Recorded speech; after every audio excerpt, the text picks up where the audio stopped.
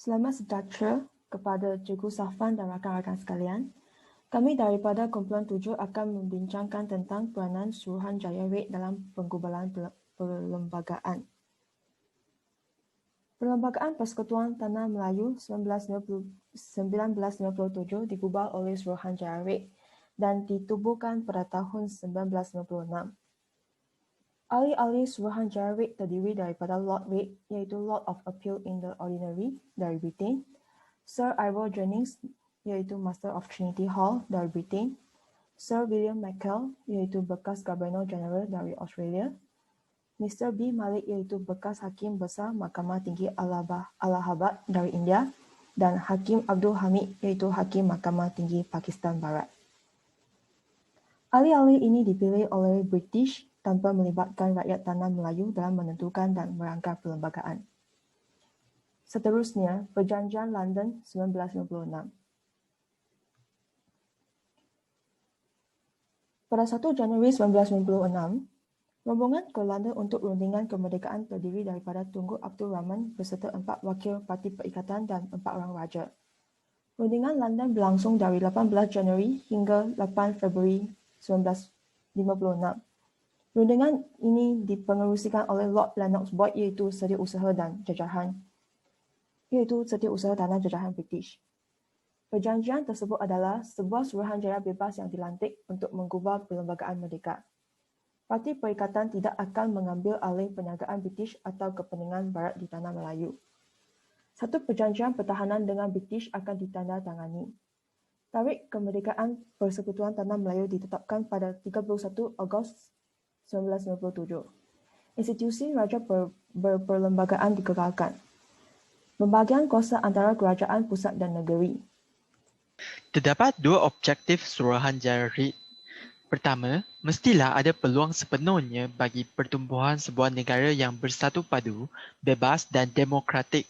Kedua, mestilah ada kemudahan lengkap untuk membangunkan sumber negara dan mengekalkan serta meningkatkan taraf hidup. Peranan Suruhanjaya REIT adalah meneliti kedudukan perlembagaan bagi negeri dalam persekutuan, seperti bertemu dengan raja, menteri-menteri besar, penasihat-penasihat British, pesuruhjaya-pesuruhjaya residen, pegawai-pegawai negeri dan negeri selat, dan melawat negeri-negeri Melayu dan negeri-negeri selat. Kedua, menerima 131 memorandum daripada pelbagai pihak. Ketiga, mengadakan persidangan seperti membincangkan pelbagai isu dan sebanyak 118 perjumpaan diadakan dari bulan Jun hingga Oktober. Keempat, kerakyatan jus soli. Orang Melayu tidak dapat menerimanya kerana memberikan hak yang sama rata kepada semua kaum dan dianggap melemahkan lagi kedudukan orang Melayu. Raja Melayu akhirnya menerima jus soli dengan syarat orang bukan Melayu mengiktiraf kedudukan istimewa orang Melayu dalam Perlembagaan Persekutuan Tanah Melayu.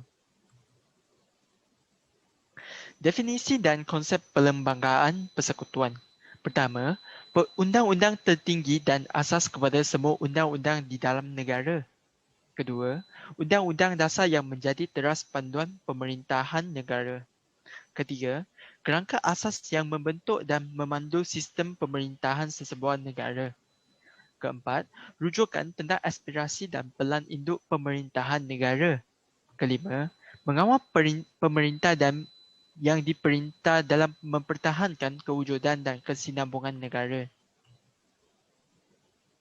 Sekarang saya akan membentangkan tentang Perlembagaan Persekutuan Tanah Melayu 1957. Pertama sekali, tujuan perlembagaan tersebut adalah untuk permufakatan sosial atau lebih dikenali sebagai kontrak sosial dan perdamaian terhadap penduduk-penduduk Tanah Melayu. Bukan itu sahaja, perlembagaan ini telah pun meraih pendapat daripada pihak-pihak tertentu seperti Raja-Raja Melayu, parti politik dan orang ramai. Hal ini dapat mengekalkan kedudukan istimewa orang Melayu, Raja-Raja Melayu, agama Islam serta kedudukan bahasa Melayu. Antara jawatan kuasa kerja dan pengisytiharaan perlembagaan adalah ditubuhkan untuk meneliti semula rancangan Suruhanjaya REIT untuk menghasilkan laporan kertas putih.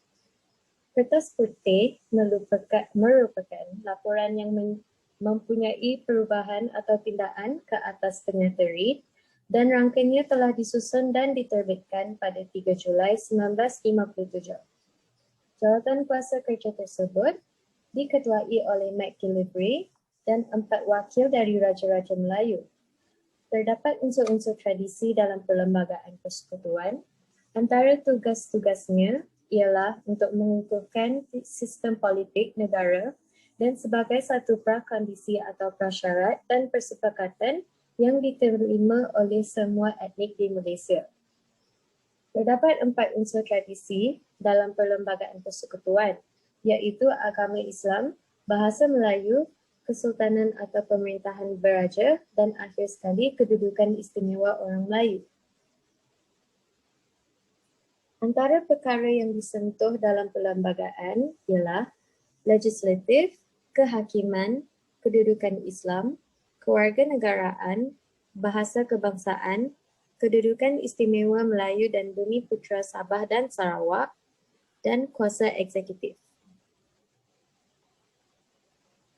Manakala perkara yang tidak boleh dipersoalkan ialah agama Islam sebagai agama rasmi bagi persekutuan, kedudukan istimewa bagi Raja-Raja Melayu dan Bumi Putra di Sabah dan Sarawak, kedudukan bahasa Melayu sebagai bahasa kebangsaan dan bahasa rasmi, soal berkaitan kerakyatan.